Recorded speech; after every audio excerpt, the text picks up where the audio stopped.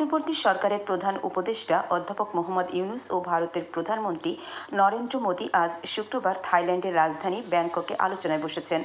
ব্যাংককের শাংরিলা হোটেলে ষষ্ঠ বিমস্টেক শীর্ষ সম্মেলন শেষে আজ স্থানীয় সময় মধ্যাহ্নের পর দুই প্রতিবেশী দেশের শীর্ষ নেতারা তাদের বৈঠক শুরু করেন। অন্তর্বর্তী সরকারের দায়িত্ব গ্রহণের পর প্রথমবারের মতো অধ্যাপক ইউনূসের সঙ্গে নরেন্দ্র মোদীর বৈঠক হচ্ছে।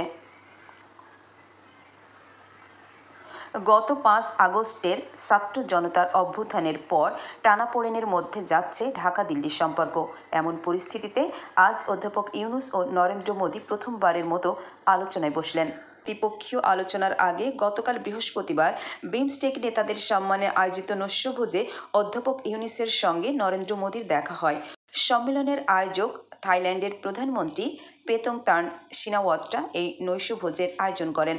বিমস্টেক শীর্ষ সম্মেলনে যোগ দিতে গতকাল সকালে ব্যাংকক পৌঁছান প্রধান উপদেষ্টা অধ্যাপক ইউনূস। এই সম্মেলনে বিমস্টেকের পরবর্তী সভাপতির দায়িত্ব নিতে যাচ্ছে বাংলাদেশ।